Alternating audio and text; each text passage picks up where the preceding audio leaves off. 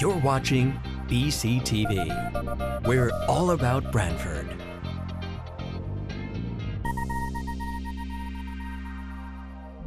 You're watching BCTV, Branford Government Television, a service of Branford Community Television. This program is brought to you in part through the support of the town of Branford.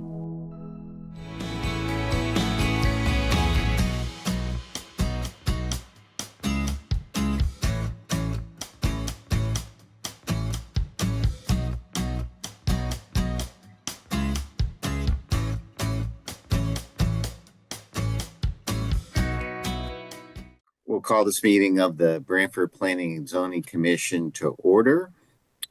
It is Thursday, December 19th, 2024. Again, I have about 7:02 p.m. I'll introduce members of commission and staff. Joe Chadwick. Joe, are you here? Joe Chadwick is present. Commission member Fred Russo. Fred, are you here? Fred, I think you're muted. Sorry about that. Fred Russo present. Thanks, Fred. Joe Viuso. Joe, are you here? Joe Viuso here. Thanks, Joe. Marcy Pelusi. Marcy, you here? Marcy's here. Sharon Hutner. Sharon, you here? Sharon Hutner is here. And is Massimo Liguri? We don't see Massimo? No. Okay. And our staff this evening, our acting town planner is Evan Brining. Evan, you're here?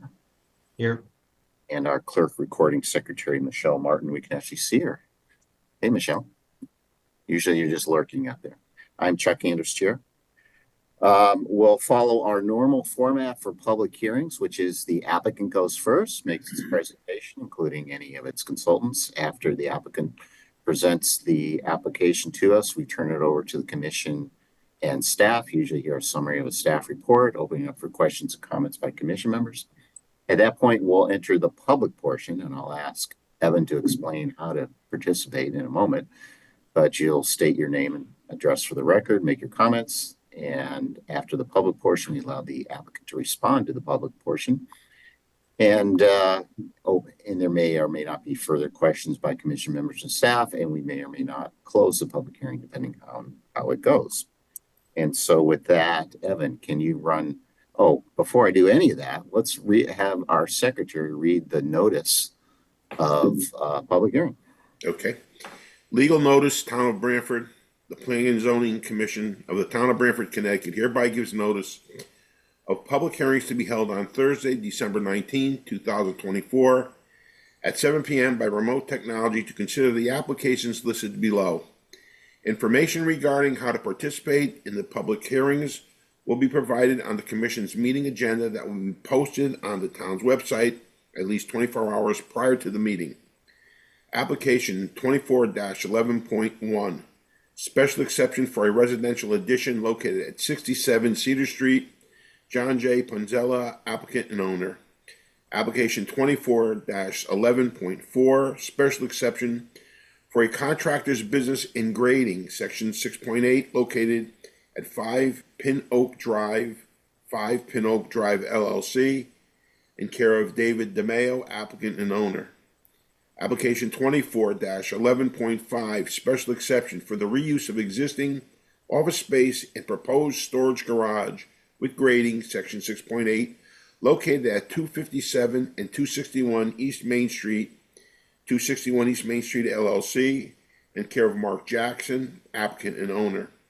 Application 24-11.6, special exceptions for multifamily dwelling units located at 19 Laurel Street, 3537 Harrison House LLC, in care of Rachel Kelly, applicant and owner. At said hearings, all persons will have the right to be heard.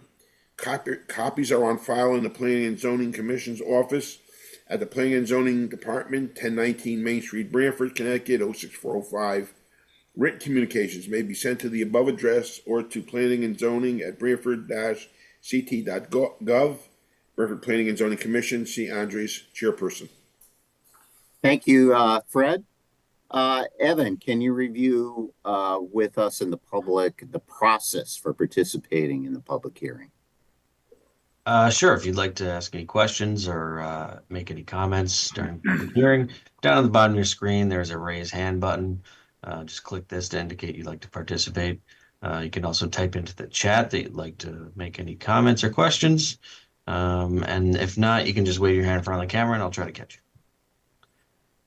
you. If you're dialing in by phone, you can press *9 to raise your hand. And we ask that everyone please state their name at the beginning of their comment or question. Chuck Anders here. Thank you, Evan. With that, we'll proceed with our regular agenda, going down our agenda items. Our first item is item number 1 is Charles Watts, applicant owner. This is 38 Howard Avenue. This was a special exception for grading at a single-family residence. And I understand that the applicant has withdrawn this application. Is that correct, Evan? That is correct. Okay, so we will not proceed with item number 1. If you're here for that one, that item has been withdrawn. That brings us into number 2, which is Madison Cassesi. I'm probably massacring that, at 4349 Summer Island Road. It's a special exception for an accessory apartment. Is the applicant ready to proceed? Yes. Good evening, Mr. Chair, members of the commission. My name is Attorney Timothy Lee. I represent the owner, Madison Cassis, with respect to this application for a special permit. My client acquired 2 properties, one at 43 Summer Island Road and one at 49 Summer Island Road. Both properties were non-conforming to the extent they were less than the 15,000 feet required in the R3 zone. However, my clients are going to merge the property, create a 12,000 square foot lot. Originally, there had been a house at the property at 49 Summer Island Road. That house had been destroyed by a storm several years ago. So right now, there's no dwelling on either of the properties. So it's my client's desire to build a single family house on that property with an accessory apartment. The accessory apartment is going to be occupied by Madison's mother and father as a true in-law apartment. Because we're seeking permission for the in-law apartment, that requires a special exception under 7.4 of your regulations. We believe that we comply with the standards set forth in section 7.4. As mentioned in Evan's memo, we did receive variances from the Zoning Board of Appeals. Even though we're merging the lots, we're still a little bit smaller than what's required in R3 zone. So we required some setback variances and some coverage variances. The Zoning Board of Appeals granted those variances.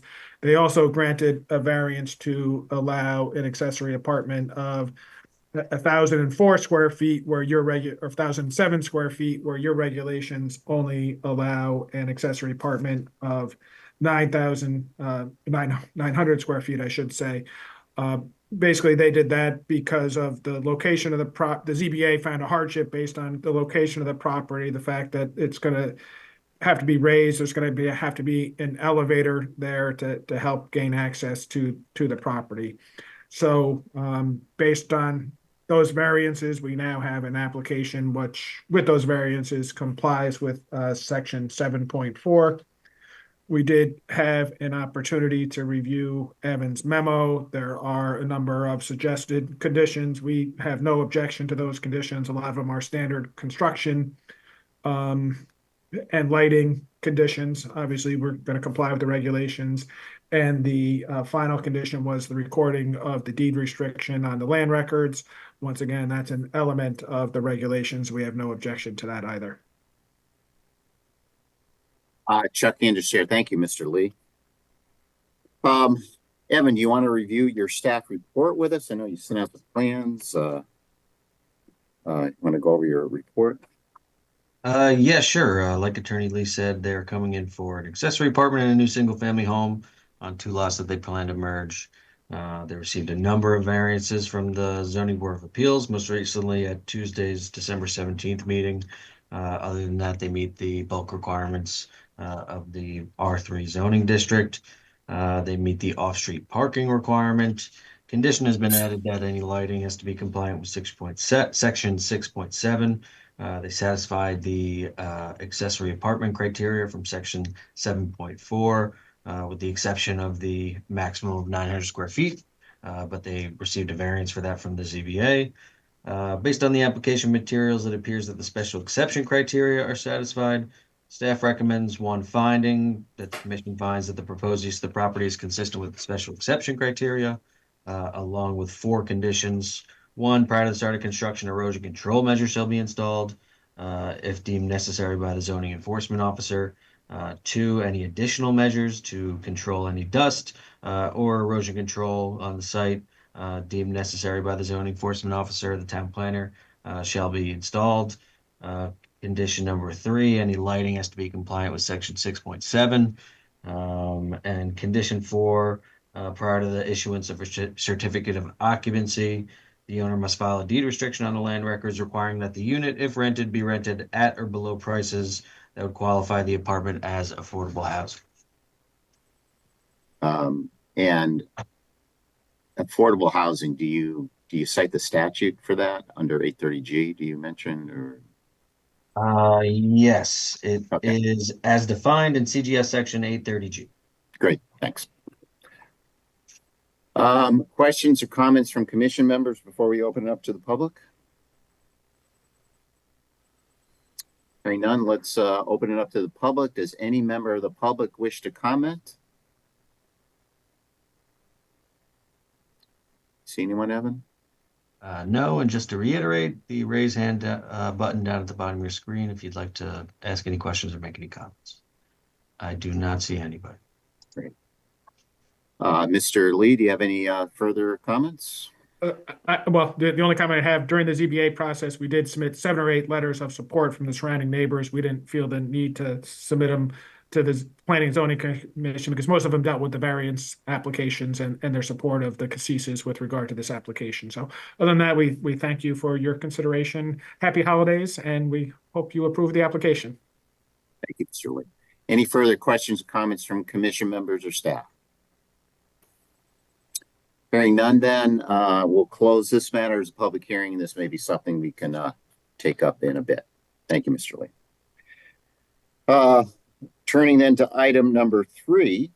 This is John J. Panzella, applicant owner, 67 Cedar Street, special exception modification, residential addition.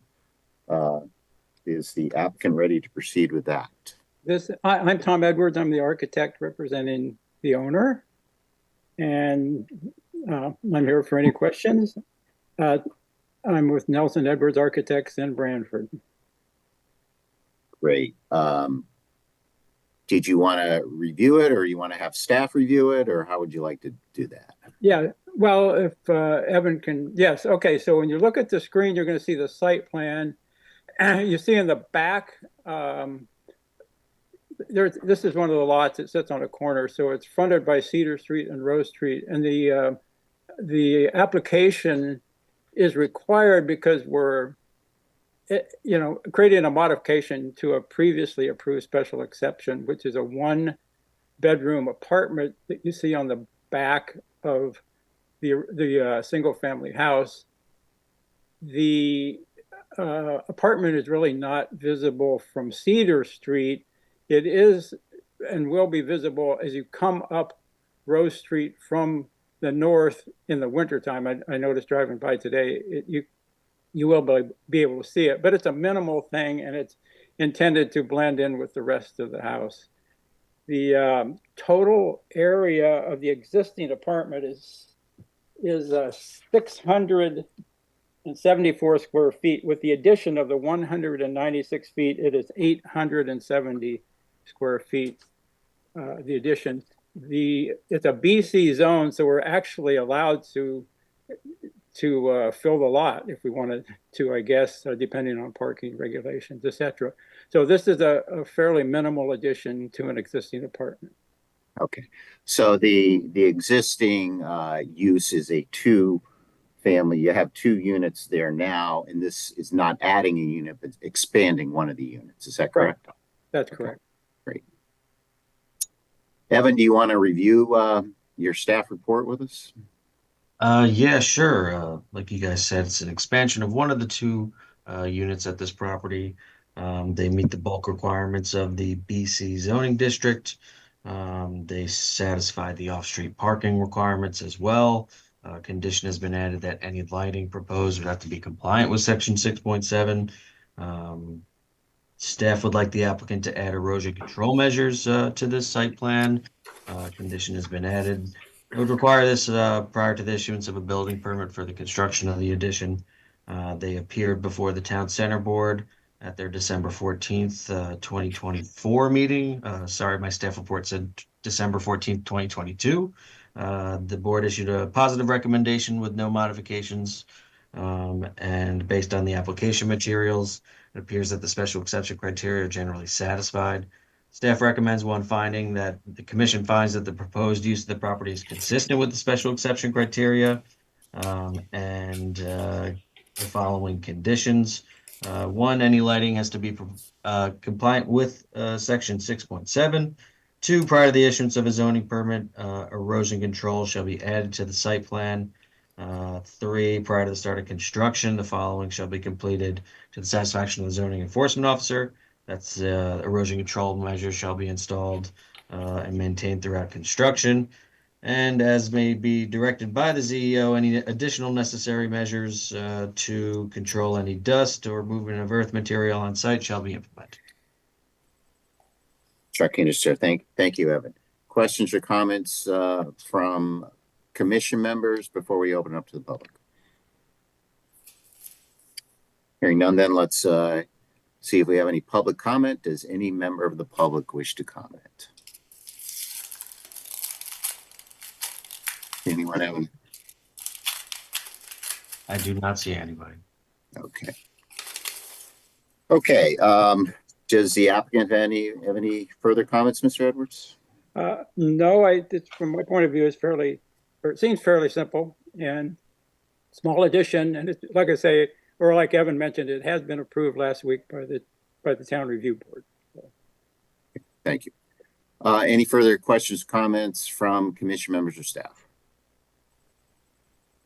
Hearing none, then we can close this matter as a public hearing. Again, this may be something we can take up in a little bit. Thank you, Mr. Edwards. Thank you. Brings into item number 4. This is 5 Pin Oak Drive, LLC, care of David DeMeo, applicant and owner, and the address is 5 Pin Oak Drive. This is a special exception. It's for a contractor's business yard and grading. And my understanding, Evan, is that for this one, it's been determined that applicant needs to file actually a separate special exception. So on this one, we're going to not even open the public hearing, but rather defer this until our, which meeting do you think? The January 16th meeting. Okay. So we'll defer this one to our January 16th meeting, and then we'll open the public hearing on this one at that time. And the separate special exception that will also be filed, that we understand the applicant will be filing in connection with that one. Did I get that right, Evan? Yes. Okay. So if you're here on that item number 4, we are simply deferring opening of the public hearing because another one has to be filed. So with that, then we'll move on to item number 5, and same thing is my understanding. Again, this is 261 East Main Street, LLC. Mark Jackson, applicant and owner, and the properties is actually 2 properties at 257 and 261 East Main Street. Special exception regarding reuse of existing office space and proposed storage garage with grading. And again, my understanding, this involves 2 lots, and we need another application with respect to the second lot. And so we will defer opening this until, will this also be our January 16th meeting, Evan? Yes, January 16th. Okay, so we'll defer opening this item until our January 16th meeting. At that time, we can consider it all together with the additional special exception that will be filed. So if you're here on that one, come on back on January 16th, and then we will open the public hearing at that time when the additional special exception has been filed. So moving along on our agenda, believe it or not, we're on item number 6, speedily here. It's 3537 Harrison House LLC, care of Rachel Kelly, applicant owner. The property address is 19 Laurel Street. Is the applicant ready to proceed with that one? Yes, we are. I'm Greg Biancardi with DB Architects, representing Rachel. Evan, how should we do this? Should I share screen? Yeah, you should have the capability to share.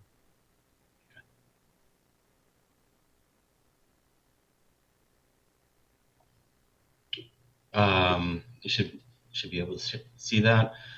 19 Laurel Street is currently well, it was a dentist's office on level 1, and then a 2-floor, 2-bedroom apartment on levels 2 and 3. And then behind it was a garage with an unfinished space above the 3-car garage. What our client wants to do is turn this property, the main house, into 4 units, 2 units on level 1, and 1 unit on level 2, and then 1 unit on level 3. And then in the garage, 1 unit on level 1 and 1 unit on level 2. We've been working with Michael Ott on preparing the site plan and working through all of the drawings. There are a few modifications that we met with the Town Center Revitalization Board on, and those are simply these 2 bump ups or shed dormers on either side of the main pitch are needed to add a stair in this corner to the existing stair to extend it all the way up to level 3. And then in the rear of the property, we added a second stair that goes up and accesses all of the units in the main property. This is showing the various units. And then on the in the garage area, we added a exterior stair for a second means of egress from the unit above the garage. So these are showing some of those items. We've also created some enclosures for things like the condenser units, and then any trash areas. Currently the trash is kind of spread out actually in this area in our latest photographs. So we have a system set up that everyone can put their trash and recycling in that back area. Besides that, the Town Center Revitalization Board did have comments for us. They wanted the windows to be replaced with 2/1 windows, which they felt was in keeping with the aesthetics of the area. Clients agreed to that.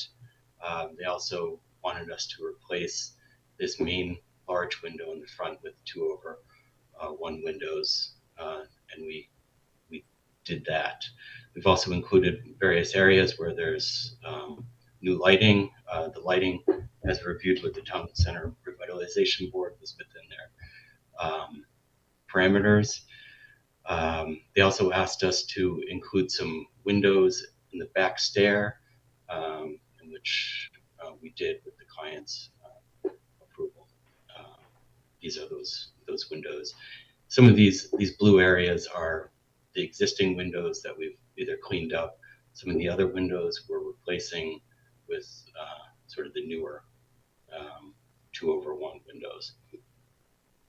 They did also have comments about the trash, and that's what led to the trash receptacle And then also new mailboxes at the front entry area that would be installed for all 6 units.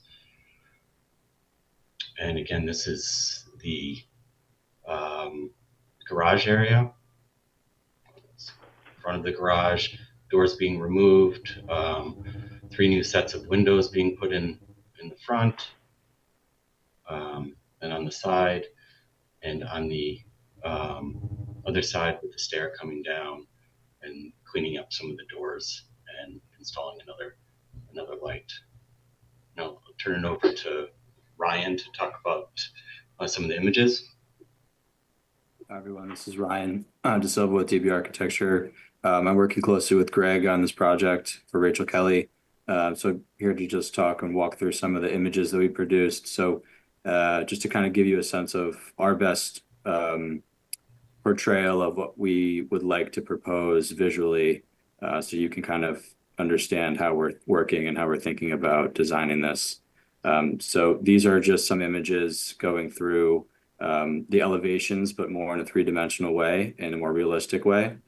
So in the front proposed, Greg discussed earlier, the updated windows.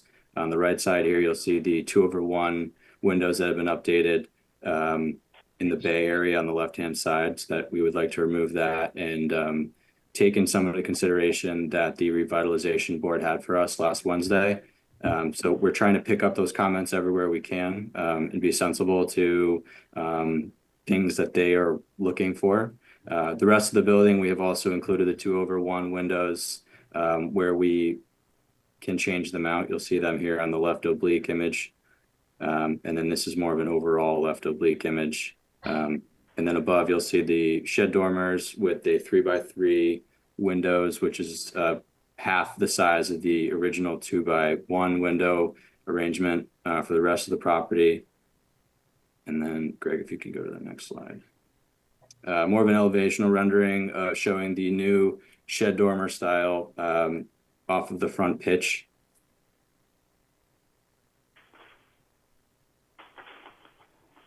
And then back to the same oblique. And then in the rear of the property showing the new windows and stair volume, which pulls off of the back of the existing principal structure. And also you're seeing the wood slatted fenestration that is fencing to kind of hide or disguise the HVAC units and the trash receptacles, both trash and recycling.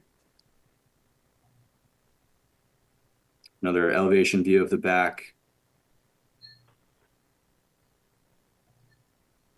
And then before and after oblique shot of the proposed 2-apartment structure that was a garage, showing the 2/1s throughout, the updated lighting, and then in the front foreground having some soft landscaping to kind of soften the facade approach.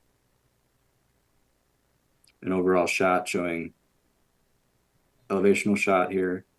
Showing the stairs on the left, access up to the 2nd story,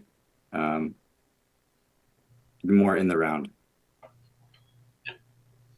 That's it. These are just some of the specs that we discussed with the Town Center Revitalization Board regarding the lighting and the temperature of the lighting and cutoffs. They gave us, I believe, approval with the, including those items that we discussed. So we're asking for your approval as well.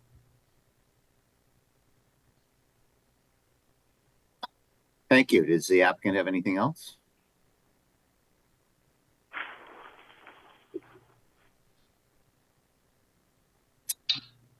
No, I believe this is,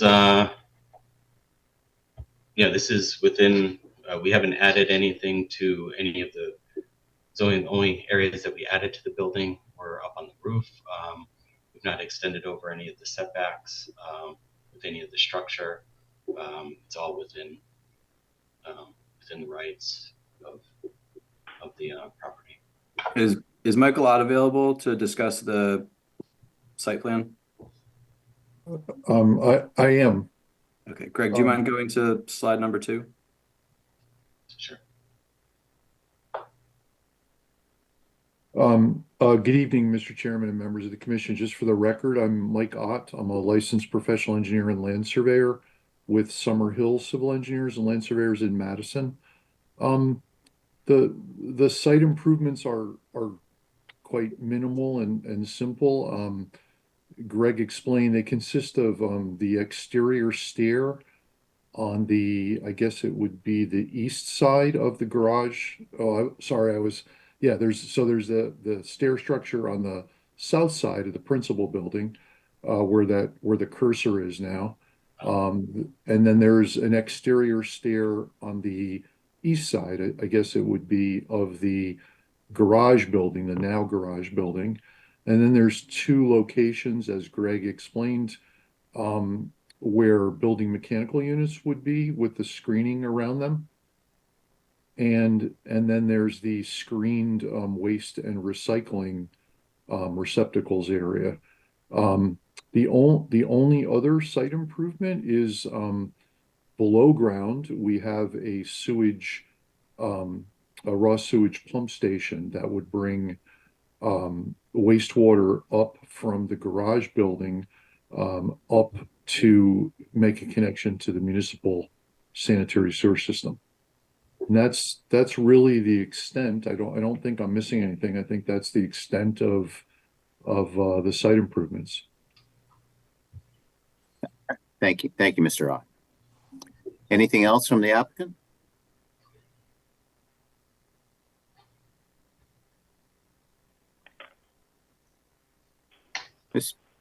Mr. Biancardi, anything else, or? No, I Okay. think that covers it. Great. Thank you. Evan, do you want to review your staff report with us?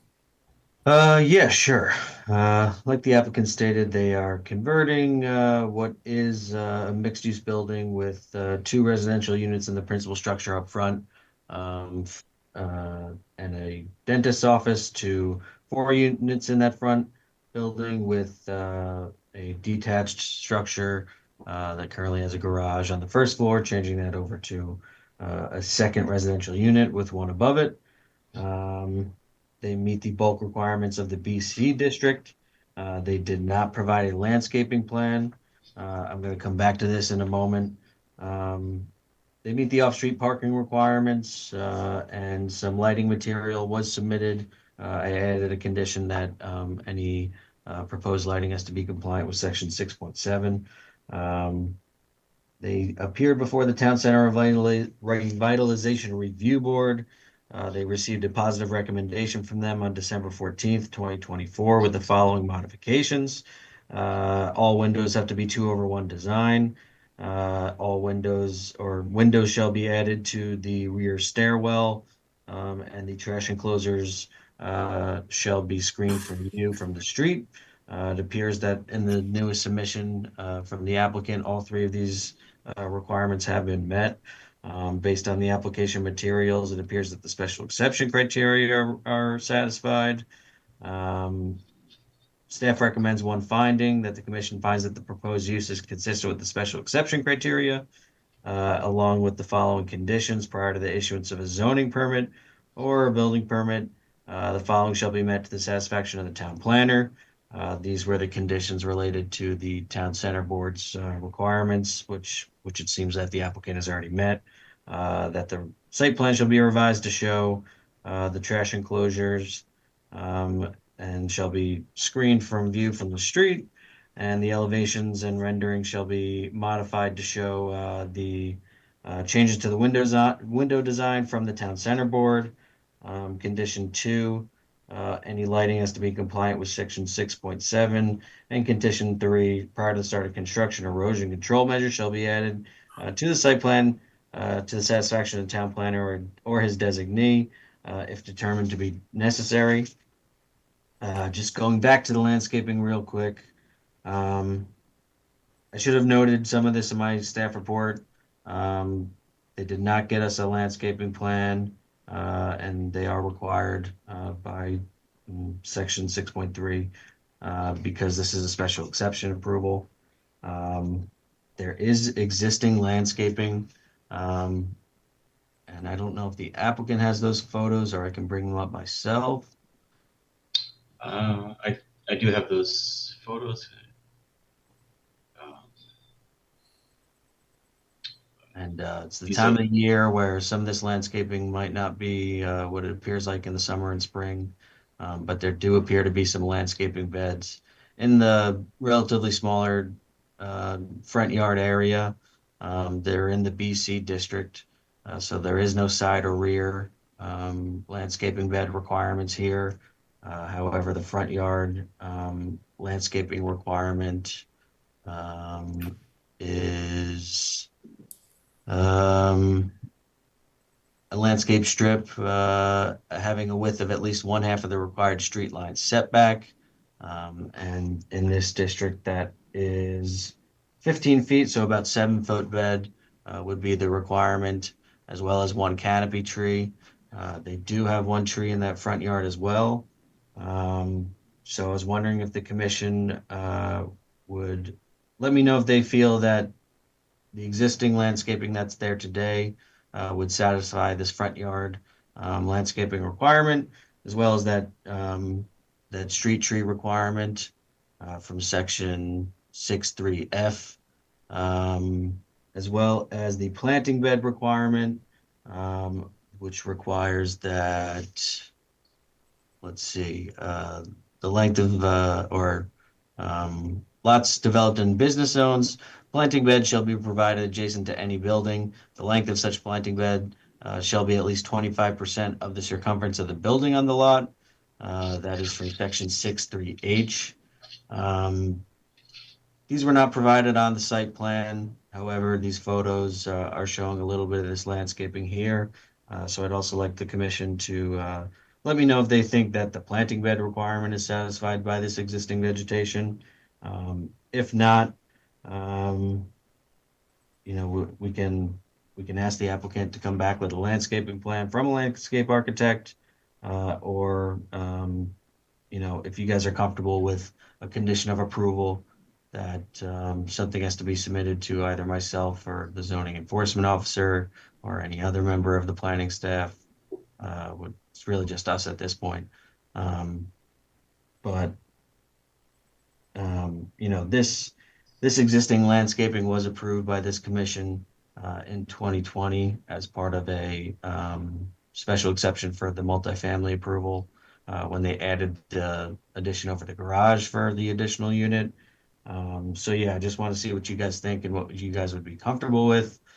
We also do have options to waive the landscaping architect plan or the landscape architect requirement in section 63D, as well as the modification of the specific landscaping requirements in section 63L, which is the warranted by excellence in landscape design. So really just want to see what you guys think. I think we have a few options few paths to go down, but I want to see what your opinions are. Great. Thank you, Evan. So with that, maybe we can comment on the landscaping issue before we open up to the public. My general sense is that this, I guess we approved this. We're only talking about front yard because it's a BR, so there's no side and rear. It appears to be mature trees and it looks nice in the front yard. We didn't require anything additional in 2020. The last special exception that came in front of us. I mean, it seems. I think we're in the process of revising our landscape regulations, and again, the reason it's triggered is it's because, is this even a business? I guess it's a business zone, BR, isn't it?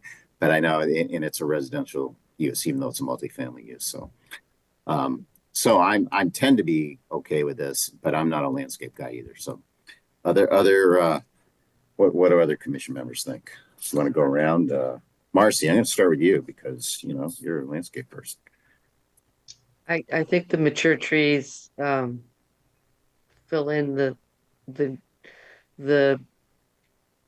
lack of a need for the 25% around the side yard. It's a very narrow site. So, I think that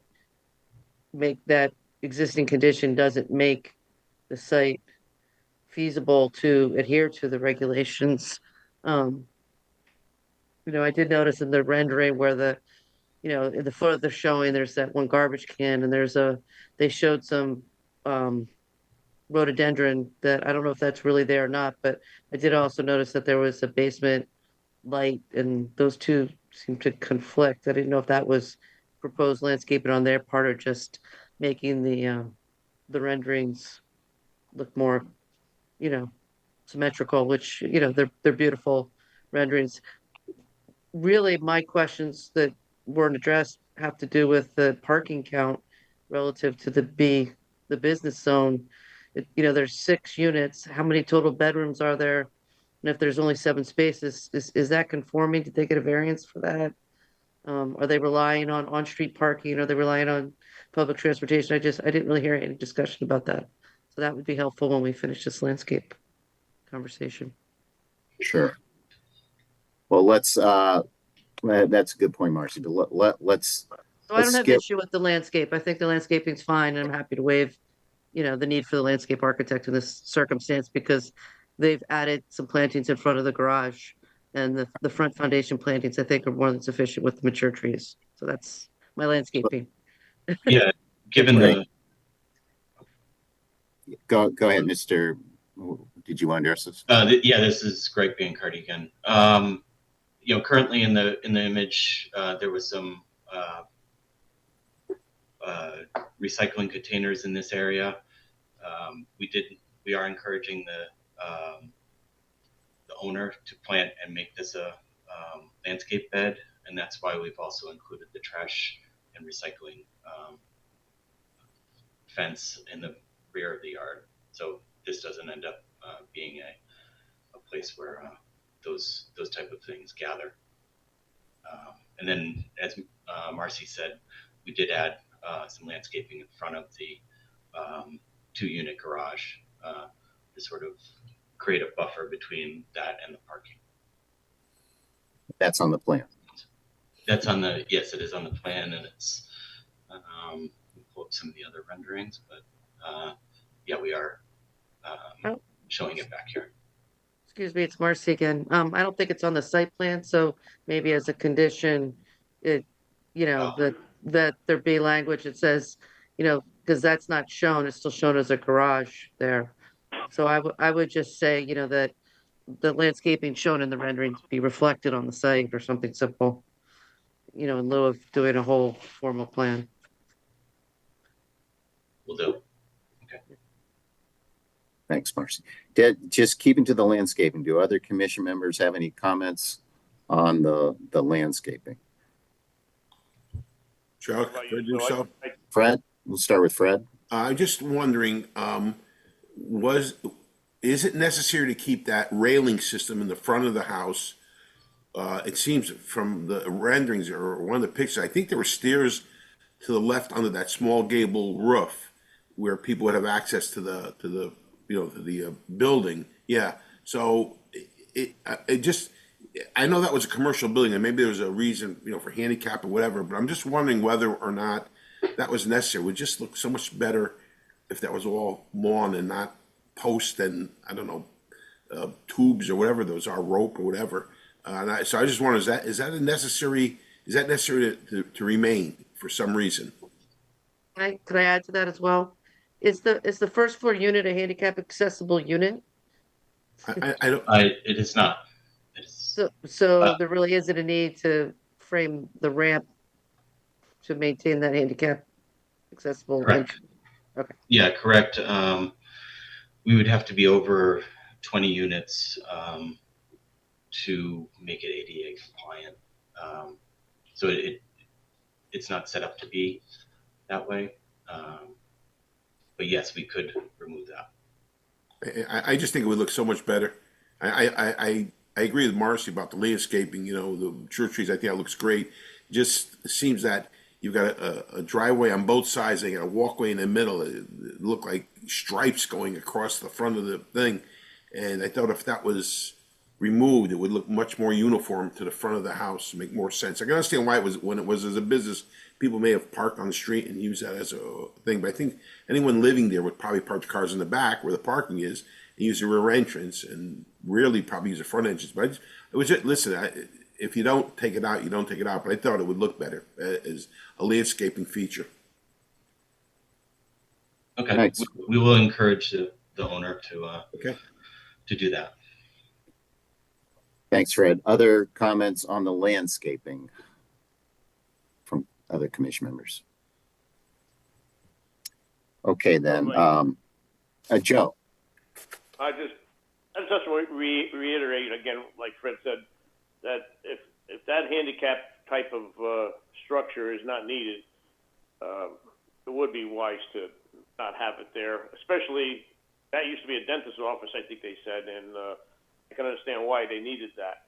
But, and again, like Fred said, you know, most of the parking is going to be in the rear, so that front probably won't get heavily used like it is now when it had a dentist office. And it would, you know, it would look a lot nicer without that sidewalk there and those posts. So, and then the landscaping, the rest of the landscaping looks pretty good. I think it's been very well manicured, and I think what's there now is good. And a plan I'm not sure is needed. I think they're doing a good job on landscaping already.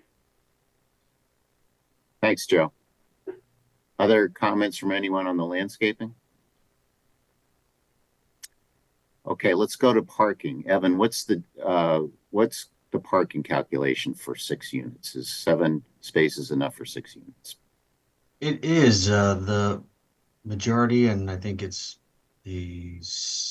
5 of the units are single bedrooms, which have a requirement of 1 space, and one of the bedrooms is a 2-bedroom, which has a requirement of 2 spaces. Gives us a grand total of 7 spaces. Okay. And I So guess we don't envision couples residing in any 1-bedroom apartments or visitor parking. It just seems very tight. I mean, I'm not opposed to it necessarily because it's in the, you know, it's in the downtown, and I think this is going to be a recurring situation. And I think, you know, there is public transportation nearby, and there's, you know, I suspect that they may have to rely on some on-street parking, in many cases. But I do think it's, you know, it's a more urban solution than a suburban one because of the. I think by state statute, we're not allowed to require any more spaces. I might be able to help also if I could. We showed in our the parking calculations and also on the plan the 7 spaces that meet standards. If Evan, if you could zoom in on kind of the rear, you know, the site plan on the rear between the 2 buildings, there's if any of you have seen the site, and you can probably tell now that we're zoomed in, there's quite a bit of pavement in the rear, and there's room for parking. There's certainly room for parallel parking on what would be the yes, where Evan has his cursor. I guess that would be the east side, along the east side. So there's room for additional parking there. We just showed the 7 that you see marked out that would be required and conform to parking standards. thank you, Mr. Ott. It Right. would be nice to see excess pavement if we're truly relying on the 7 spaces. It would be nice to see excess pavement removed, like over, you know, if you're going to have that last car in by that catch basin, you know, do we really need all that extra pavement on the right side of the garage where they're coming in from the right side? It would be nice to, you know, create a small island there to protect that first car. You know, if, you know, I know they're putting the storage there, but, you know, it'd be nice to form not necessarily to add landscaping, because I could see that they extended the pavement on the north side, if that's the right direction to fit those spaces. But it would be nice to just have that edge cleaned up and more defined so that if we could provide a little bit more grass, Is this an existing? I mean, this is an existing parking, right? You're not adding This is people. existing. It is, This is- Mr. Chairman. We haven't made any changes to the pavement limits, Marcy. These curb lines represent what is there today. Greg and Ryan could weigh in. I suppose we could remove some of the pavement on the west side, I guess it would be, of the garage building. We weren't proposing to make any changes to, to the limits of pavement, but unless Greg or Ryan disagree, I suppose it would be easy to cut it out and create a lawn area there. Yeah, we can do that. Currently, there's actually 12 spaces behind the building, in between these two structures. As Michael mentioned, we're only showing the 7. He's only showing the 7 here that are within that. The others are along this side, so we could ask the owner to have certain areas removed, so that the grass can come back, or plantings in this area.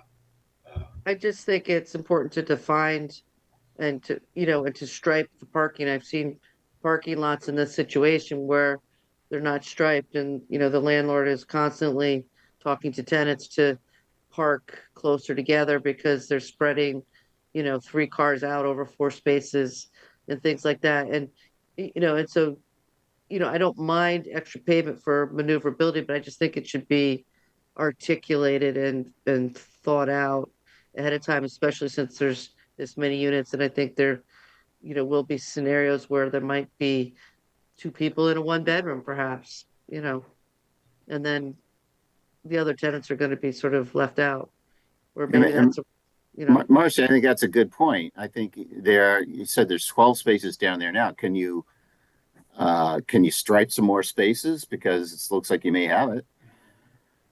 They are actually marked, Mr. Chairman, but they don't meet standards, which is why we did not show them. What we showed was, again, 7 spaces that meet not only the number of spaces required, but actual standards. There Right. is room, like I mentioned earlier, and the reason I said specifically parallel, there is room for parallel parking on the east side of the pavement edge that would meet today's standards, but perpendicular parking does not meet today's standards. If we were to show that, the property isn't wide enough, actually, to have the required travel lane between the spaces. Okay, but you could have one more space, a parallel space, right? Oh, yes, sir, we could. Absolutely. Okay. yeah, Right. how is Yeah, it we'd be functioning glad. now? I mean, is it functioning now as if it's a double loaded lot, but just with a single lane Yes. drive? Yes, it is. If we can go back to some of those photos, it is, well. So it's functioning like an 18, 15, 18 kind of scenario? Yeah, you can see, I think this is Rachel's sister's car parked along this side, and then along the other side is another. It's 2 feet short, 18 feet, 22 feet, and 18 feet. So if we were to ask them to extend the pavement a little bit in this area, we could achieve that 24-foot. I mean, I don't mind seeing them striped as compact depth, compact length spaces, and, assuming an overhang at the curb, to make up the difference. Okay. Or, I just think it's important to be proactive about how people are supposed to park there and what the count is, whether it's, I feel better knowing that that you can fit 12 cars back there, even though it's a single loaded drive then, because there's not, you're not gonna have two people backing out like you would in a parking lot needing the 20 feet necessarily. So that doesn't bother me, but what bothers me more is, having some extra spaces for the extra, for if there's a double in one of the single apartments and things like that. Well, Marcy, I think on the one hand, they meet the regs and we only require Right. 7. And that's because we didn't opt out of the state statute that says what it is. That said, I think you raise good points. You can have two cars in a 1 bedroom in there, which would lead to parking on the street, and that does seem tight. So you were suggesting there was a couple of things. One, you could do a legal parallel. Could you? I don't know if you could do compact cars only. Would that comply with code? Do you have enough room for that or no? I'm not familiar enough with the town's parking regs. Do you allow compact spaces, and what are their dimensions if you do allow I believe it's an 18-foot depth and Is that 8 is feet that by zoning 18, or is maybe. that is that No. in I our think that's in the regs? zoning. That's in Yeah. our regs. I can pull them up. Yeah, I do know in looking at your zoning regs that your standard parking stall dimensions are either 9 by 20 or 10 by 18. You have to have 180 square feet. I do know that, but you may have a compact space provision that I didn't notice. Well, and I think this doesn't necessarily comply with I don't know that they would need to get a variance that we would require it, but I deal with a lot of multifamily parking situations, and I know when things aren't striped, you're getting into a lot of different people in a small area, and it's just going to be a headache for the landlord if if they're not clear about what their expectations are as far as how much space people can take up width-wise, especially, and if there's a need for more than 7 spaces. I'm not saying As that long- I'm gonna deny the application. I'm just trying to be helpful. Yeah, but as long as if the commission's okay, we can certainly modify the site plan to show, existing parking as it will fit. It may not, the additional striping we show may not, completely meet the standards, but if the commission's okay with that, we'd certainly be glad to do that. The theory is that it's existing. It's an Right, existing nonconformity, so you're just preserving what's there now, right? correct. Okay. Well, then maybe we should. Maybe. I just Okay. think ultimately that's gonna be very helpful to the landlord when they're communicating with their tenants and renting out the spaces. This is where you compare, whether they choose to give, the assigned parking or not. I think it's really important to have some kind of striping so they know how much room they have to park between each other, because that's always a problem. And then, you know, that's the biggest thing. And then just having the extra spaces for, visitors and, other things. Are they striped now or no? They are. Okay. They're old and a bit faded, but they are. But we'd be glad to modify the plan if hopefully you'd consider that a condition of approval, but we'd be glad to do that. Okay. I think it, like Joe Vayus, I think it should be modified to give them, get whatever spaces you can fit in the existing situation, because you're having a little extra parking is always better than being short. And with six units, like Marcy said, it could be somebody with 2 cars in a single bed apartment, and 6 units. There's a good chance out of those 6, there's going to be a visitor here or there with another car or 2. So getting it to 10 or 11 spaces, you don't have to go to 12, but get it to 8, 9, 10, something where it's the spaces are big enough to take care of. Not to be too small, but big enough for each car. And if you can get it up a couple more spaces, that would be I think a plus, not a minus. Okay. Okay.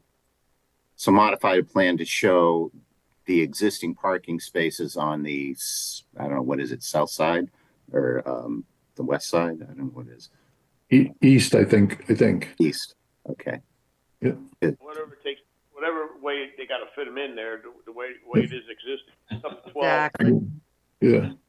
Right. Okay. in that area. Okay. Okay. Are there anything else? And then we talked about, Fred raised the issue about removing the front walkway and railings. Is that okay?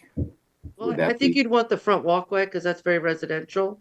But he makes a very good point about the handrails. I'm surprised the Town Center Review Board didn't suggest they remove that. I mean, okay? it's not offensive, but it's not necessary for residential use, and you're gonna remove the sign anyway. If you get into removing the walkway, then the landscaping doesn't make sense around it, but you certainly can remove the rails and have the walkway be a freestanding ramped walkway with the way the landscaping is. Okay. So Fred, does that sound good, or others? What do you think about leaving the walkway and just removing the railing? Fred Russo. The reason why I thought taking the walkway, and I agree with Marcy that has a residential look, except that it's probably going to be non-functional, number one. But because a lot is so narrow and you got so much paving on both sides, in comparison to the size of the entire lot, on both sides of the house, you come over a couple of feet and they have another solid surface. I think aesthetically it would look better if it was, if we're talking about a walkway, the driveway in many houses become the walkway to the front. So they've got two means of entrance to the front of the house. One is the driveway side, and the other one is the actual walkway. It seems like it's redundant, in my opinion. And I think it would look aesthetically better with grass all the way across. It'd be much more uniform instead of having three solid surfaces, sort of in a row like they are. And then you can do whatever you want to the front, to landscape the front of it. I mean, I think that hedge coming up the walkway, to me, that doesn't look very aesthetic, quite honestly, but something, a little bit more, across the entire front would look nice without the walkway there. But, as I said, if they want it, they want it. I think by all means, those rails should come down. There's no reason to have them there. But if it was my property, I would take the walkway out as well. The walkway's going to an open porch, and does that porch have a doorway into the home? There's a doorway on the side, Marcy. There's Okay, the and stairs stairs there. on the side. So if you walk down the driveway, you're going to have access to the building. So now you have two means of access on the front of the property. And is that really necessary? When the majority of the time, I would say almost always, except for maybe the mailman, is going to use the residents are going to use the back of the house to get into their apartments. So I don't disagree with you, Fred, about taking the walkway out, but if they're going to take the walkway out, then they really need to kind of propose a new front foundation plan. March, I agree with you on that too. I think it would look better with the walkway out and better landscaping in the front than to leave the walkway in and leave the existing landscaping the way it is. It's a beautiful house. They're going to do a lot of work on it. For the amount of landscaping you have to do, I don't think it's a big deal, but I think we should. But then we can't really waive the landscaping regulation if we're going to require them to remove the walkway, because then the landscaping doesn't make sense. Well, see what I'm saying? I'm not sure. I'm not sure what you mean by that. Well, we were going to waive their need to do a formal landscaping plan and just put the shrubs that they show in the renderings as the condition of approval for the landscaping. But if you're going to remove the front walkway, which then makes that taxus hedge a little bit arbitrary and nonsensical, then you've got to, you really need to have, I mean, not that it's a hard foundation plan to do and that a lot's required, but then you might want to actually have a designer look at doing a new front foundation plan to have it make sense. And I don't know if that's what, if we want to keep creating that need for them to have that kind of money. I'm just saying, in the back, where the garage is going to be converted, it seemed to be okay with just having a row of shrubs in the front. I'm not so sure that would be much different if you did in the front. I'm not a landscape architect. You are, so I'm not going to step over. No, you have a good sense. You're taking out that long vertical element. The landscaping supports that because of the grade change.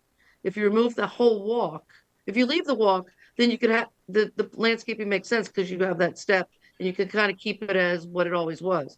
If we decide that we need to actually take out the walk in addition to the rail, then that band of taxus and the planting of the sign, which will be removed, doesn't make a whole lot of sense. You might approach the design of the planting and incorporate the trees so you're not mowing up against the tree, or, introduce some low natives or, perennials or whatever, but it's just opening up a can of worms to have more opportunity. But I don't know if we then should be waiving the landscape requirement if we're going to require them to take out the I walkway. don't have any That's my objection. only, I have whatever no you guys objection want to not do. waiving the landscape requirement. I think the house would look much better, quite honestly. I would rather drive by that house and see nice landscape up there than worrying about a walkway that goes to nowhere, basically. Well, that's what I'm saying. If we're going to require the walkway to come out, then I'd like to see a foundation plan, planting plan proposed. I agree. But yeah, okay. But I'm on your side. I'm okay with taking the rails down and leaving the walkway in. If they ever want to take it out, I mean, this is like a house. I think we're kind of overregulated in my mind. But Well, it's a multifamily for 6 people, know, so it really isn't like it's the landlord is going to be having it as an investment income property. And, Yeah. I think our suggestions are really only meant to help it function better to increase the rents. But to your point, Chuck, like how, they're doing a lot to the house. How much do you require them to do for the site? Yeah, I think if they do want to remove the walkway, then they should do some additional. Yeah, and I expect they would. But I don't know if I'm fine just removing the rails. But I don't know. What do others think?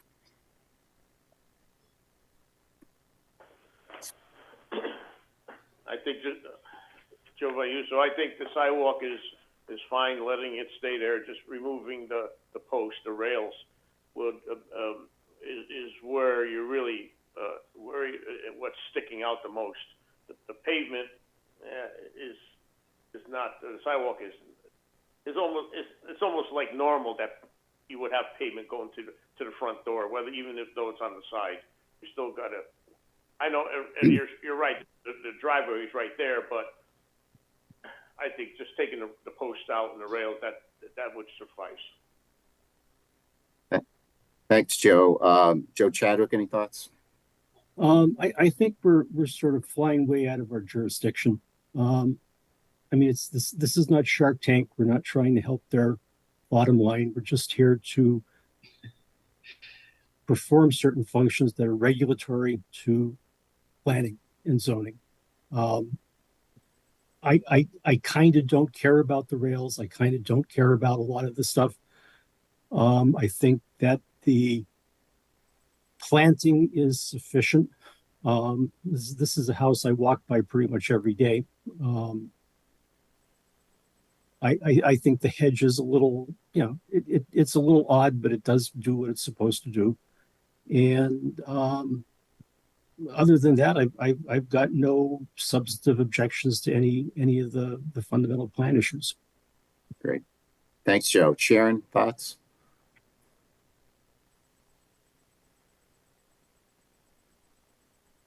Oh, I don't. Is Sharon not here? Yeah, no, I'm still here. No, I think it's perfectly fine. I agree with people who say to remove the railings, and that's about it. Okay, thanks, Sharon. Tell you what, let's open it up, see if there's any public comment, because we haven't done that yet. Any member of the public wish to comment? Evan, do you see anyone? Just stop this share so I'm able to. All right, here we go. Anyone from the public, if you'd like to make any comments or ask any questions, raise hand button down at the bottom of your screen. You can indicate in the chat that you'd like to speak. I do not see anybody. Thanks, Evan. Okay, going back to this then, it seems like, I mean, Evan, you had asked the question about landscaping, and the answer seemed to be we were okay with the existing, there's no front and rear, and given the existing configuration, unless we remove the sidewalk, then it's okay. On the sidewalk, I think the general consensus says they can leave that as is, but take the railings out. That's what I seen the majority. And then I think on the parking, we would like them to stripe the existing parking that is on the that is there should be striped so that you have that shown so the tenants know where to park. So that would increase the parking probably to 10 or 11. I don't know exactly what it is, but it would be more, and that would be helpful. And then I think Marcy raised the point that we would want the landscaping that's shown on the drawings, we want to have either a note on the plan or referenced on the plan themselves. So it's ensured that those are part of the approval. Did I miss anything? Okay. Okay, does the applicant, you heard my kind of summary, does the applicant have any further comments? I don't, Mr. Chairman. Sure. I don't either. Okay. Okay, does any commission member or staff have any further comments? Okay, hearing none, then we'll close this matter as a public hearing, and I think we can take this up in a little bit. So thank you. Thank you. Thank you. Okay. Thank you. I think that completes our public hearing items. So why don't we go back and see what we got for our public hearing items? I think the first one was item number 2, which is 43 and 49 Summer Island Road. That was a special exception for the accessory apartment. Evan, you had a staff report on that you were referencing. Can you pull that up? I can. Here we go. Here are the proposed findings and conditions. Like Attorney Lee said, pretty standard set for an accessory apartment in a single family home. And I think you did summarize those during the public hearing, and they're currently displayed. You're displaying it to us on the screen, the approval with the finding and the 4 conditions. Does anyone have any questions? And if not, does someone want to make a motion to, I assume, to approve this application by adopting the staff resolution that is presently displayed in front of us that Evan has prepared with the 4 conditions? Chadwick makes that motion. Motion approved by Joe Chadwick. Is there a second? Fred Russo will second it. Second by Fred. Any further discussion? All those in favor, Joe Chadwick? Joe Chadwick is in favor. Fred Russo? In favor. Joe Vayuso? Vayuso in favor. Marcy? Marcy's in favor. And Chair is also in favor. So that item is approved. Next one was the 60 John Panzella, 67 Cedar Street. This was the special exception modification, the minor addition to one of the units at 67 Cedar Street. Can you pull that one up, Evan? Yes, this is again pretty standard conditions with the exception of the addition of erosion control measures. There is a little bit of a wetland on the very far side of the property. So the inland wetland director felt this was an appropriate measure. Okay. Evan, when we're looking on your screen sharing, there's a big black square kind of in the front. Do you know why that is when you Really? Yeah, just it's sort of like the finding is you can't see it. Even now? Yes. Yes. Do you guys see what I'm yeah. Yes. I mean we can't it's like you just got it reduced, but okay. And that's okay, so we can see the finding. Can you scroll down because then 3 is cut off, 3 and 4. Okay. Okay, because we can't read the entire thing on the page right now because okay, now we can see it. It's reduced a little bit. And there's this whole in the top part, the ribbon part is kind of blocked out with a black mark. So Oh, wow. where your arrow is now, it's black. We can't see that. But we can read it. So that's the main thing. Okay. Okay. This is again, this is a fairly standard conditions. Does someone want to, and there was no objection, seemed pretty minor. If someone wants to make a motion to approve the application by adopting the staff recommended findings and conditions, again, it's the 1 finding and the 4 conditions in the staff report that Evan is displaying in front of us.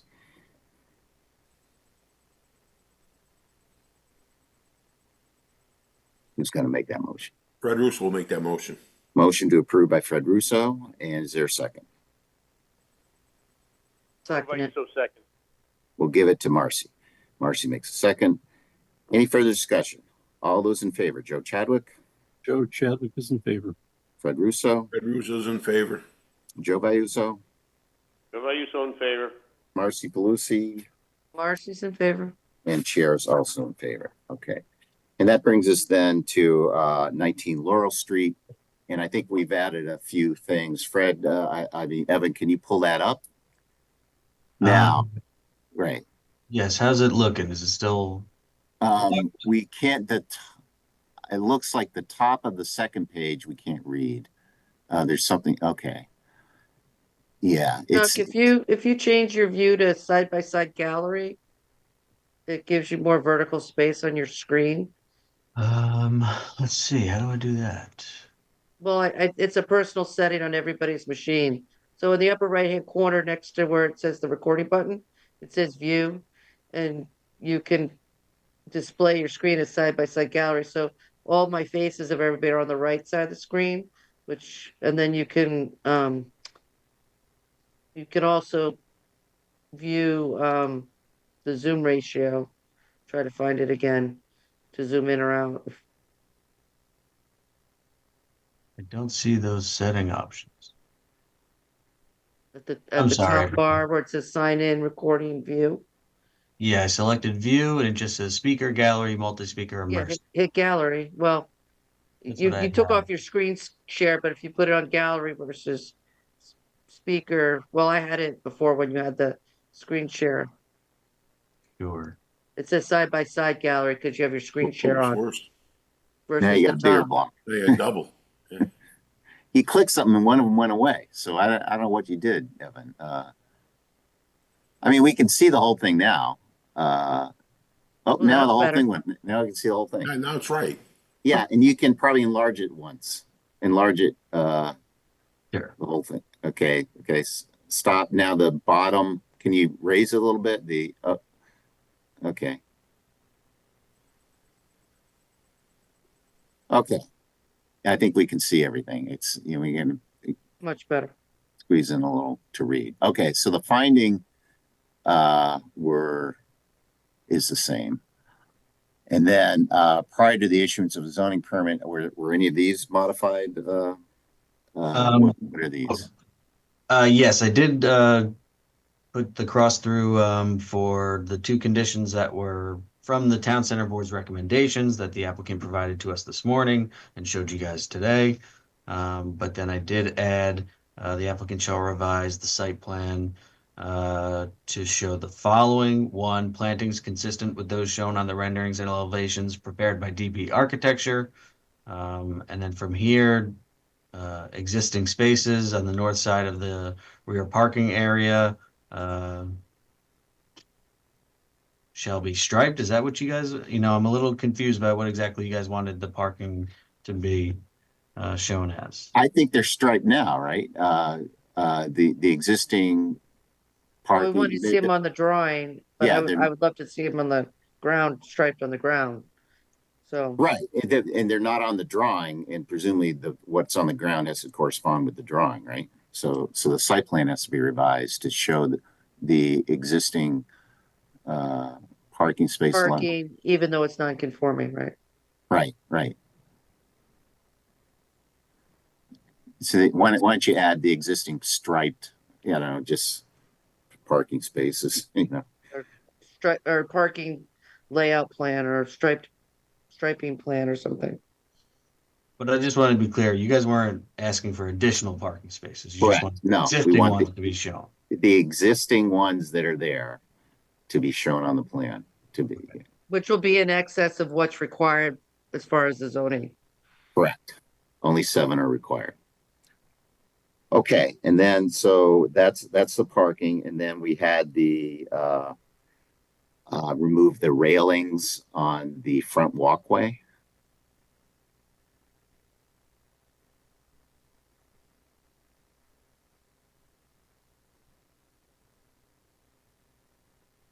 On the front walkway?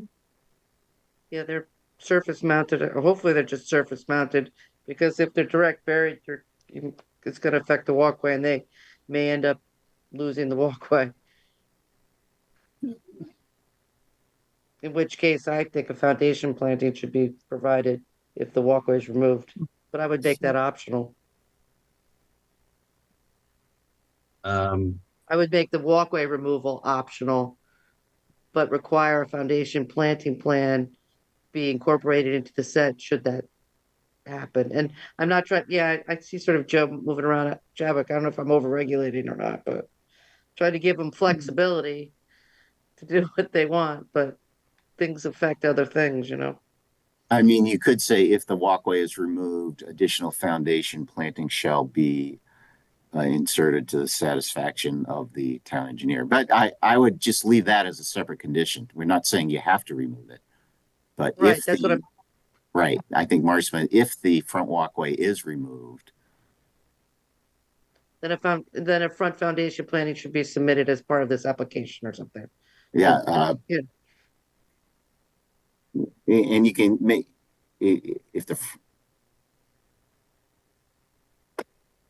shall be submitted to the satisfaction of the town planner, and what that means is that the town planner is going to call Marcy or town planner or the commission or something, you know, I don't know. Or I mean, make it doesn't town he planner. need to basically say that the existing planting is, it is satisfactory for the, Okay. I mean, I guess the language is excellence of landscape design or whatever.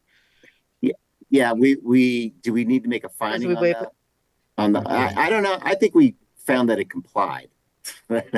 So we don't have to find that they're non-compliant I don't think because no, because I think it had to be probably didn't. 25% around the foundation. Did it? Okay. And I would just make the statement that, the existing landscape plan or the existing planting It's excellent. meets the requirement through excellence of landscape design, because that's the only language we have to say that Right, it's I know. appropriate for what's in place is appropriate for the situation. I mean, I think we can fix that in the future, but I don't always feel that our landscape requirements, sometimes I feel like they go too far in this case. It's not practical or feasible. I agree. you know. The problem is the structural zoning laws is that Right. we can't grant variances of our own regulations, only the ZBA can, and if we try to, we can be held illegal. So Right, so we have to call it excellence in landscape design, right? right.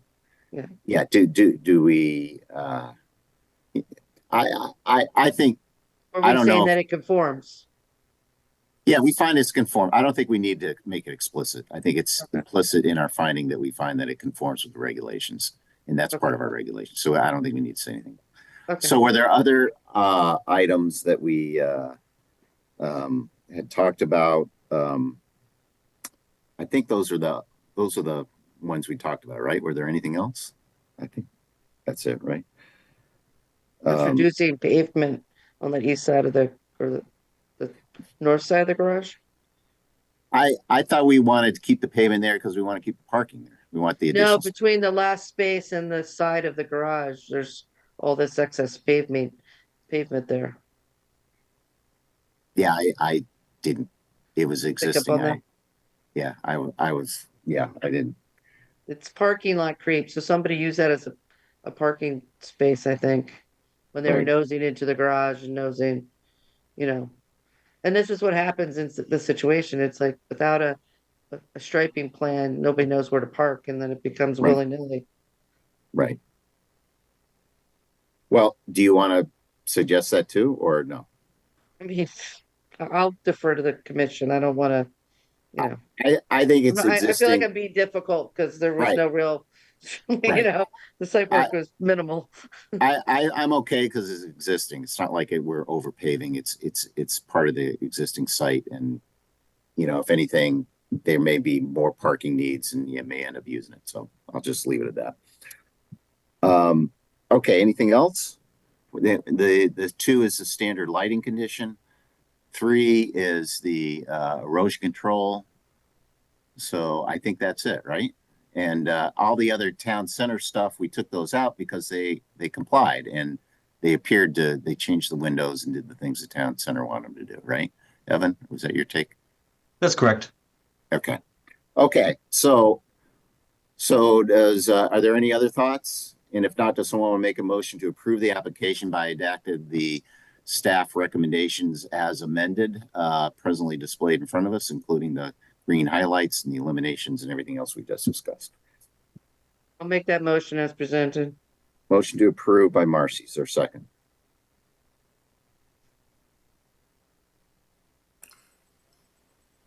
Fred Russo will make that motion.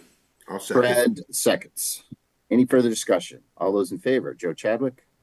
Chadwick is in favor. Fred Russo? Fred Russo is in favor. Joe Vayuso? Joe Vayuso in favor. Marcy? Marcy's in favor. And chair's also in favor. Okay. So that's it for our public hearing items.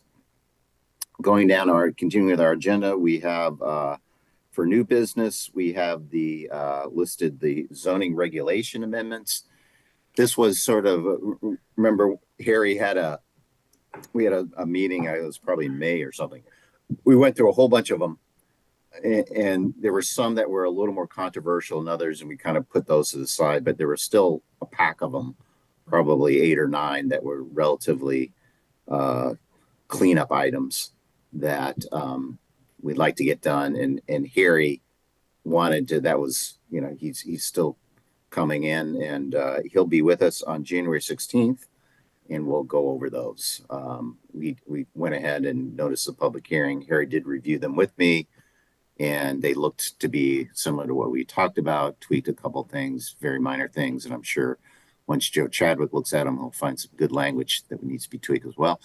So, and they're gonna be all better. It's gonna make it better, is what Joe's gonna do. So, they're gonna break out the language of the ones we are reviewing separate from the totality, because we split them up.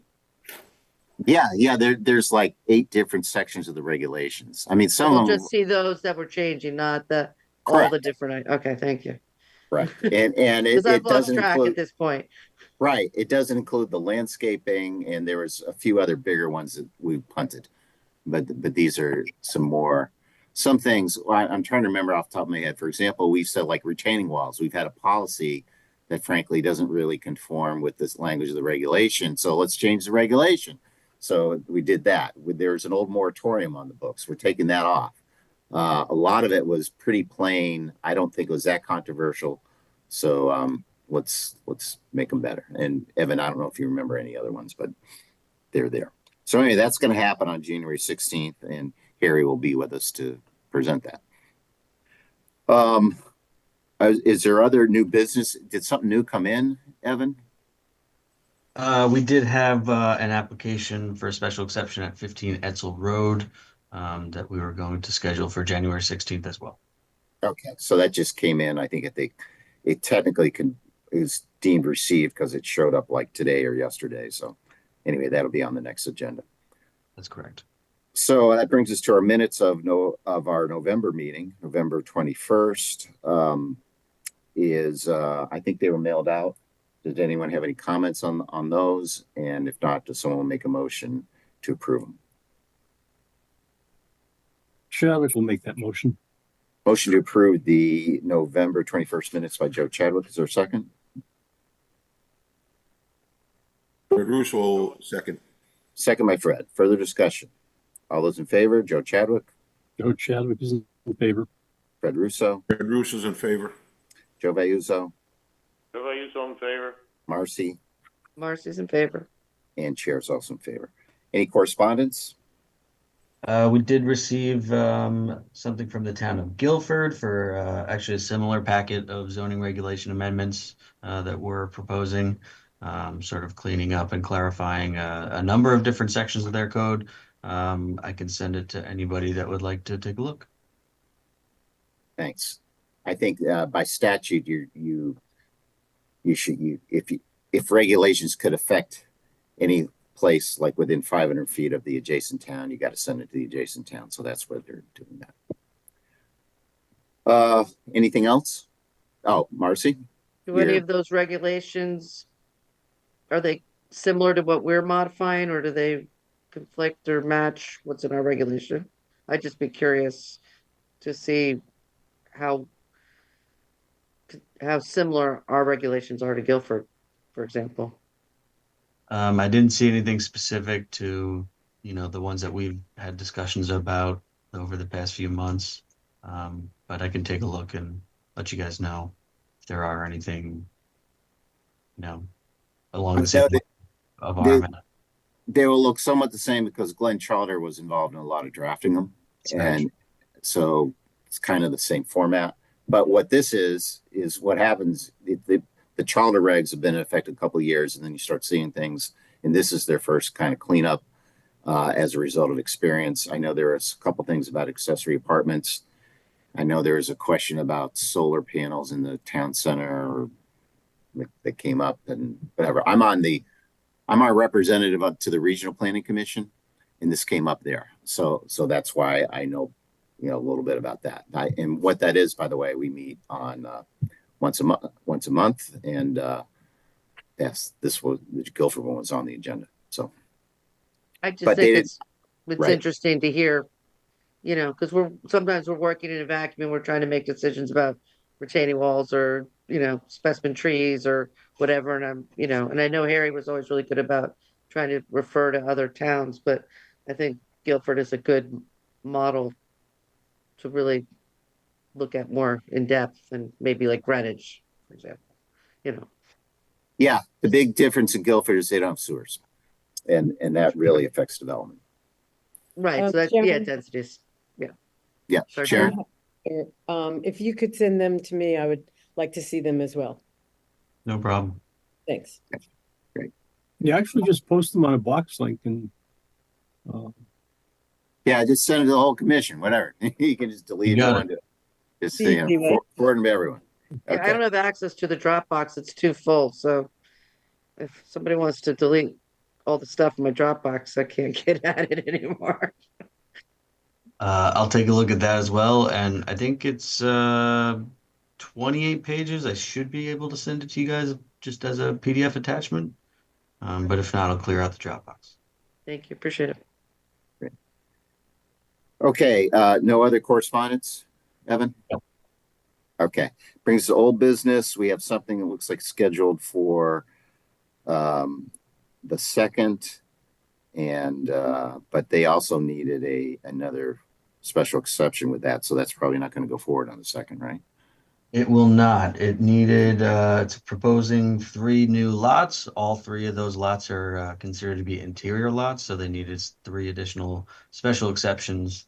So that will most likely also be on the January 16th meeting, which means that we will not have any public hearings for the January 2nd meeting. Wow. Yeah. Be a short meeting. Go for it. Okay. We'll be recovering from New Year's.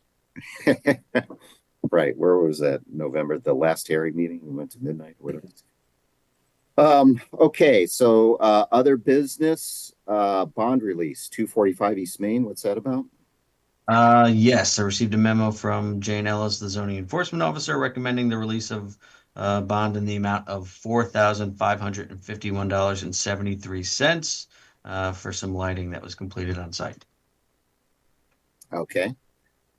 And looks like the work has been done, so we can release the bond. Did someone make a motion to approve the proposed bond release for 245 East Main? Fred Russo will make that motion. Motion to approve the bond release by Fred. Is there a second? Joe Vayuso seconds. Second by Joe Vayuso. Any further discussion? All those in favor? Joe Chadwick? Joe Chadwick is in favor. Fred Russo? Fred Russo's in favor. Joe Vayuso? Joe Vayuso in favor. Marcy? Marcy's in favor. And Massimo? Massimo's not here. Massimo. What am I saying? Chuck and myself. Chair is also in favor. Massimo's on my list. It's not even here. Okay. Okay. Next on our item, election of officers. Sharon. Yes. I was charged to communicate with all the commissioners, and I was able to and get responses from everybody but Joe Vayuso. And everybody would like everything to stay just as it is. Okay. My vote on that one. Okay. So, Fred, are you willing to continue as secretary? Yeah, I would do it. Okay. Thank you. Okay. I'll stay on as chair for at least for one more year. We'll see how it goes from then. Okay. Any other thought? Anyone else want to make propose anything? If not, does someone want to propose that we elect the slate, which I guess would be myself as chair and Fred as secretary, as our officers for the 2025 year? I'll make that motion. Motion by Marcy. Is there a second? Sharon, Sharon. second it. Oh, okay. And who seconded? I heard two voices. I'm sorry. I wasn't. Oh, Sharon, you probably can't vote. I'm sorry. Oh, I can't.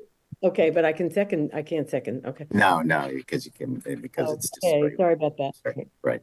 So You So can we- do the work. Yeah, he Okay. just got stuck with the work. right. Yeah, you do the work. That's right. Second by who was it? Fred?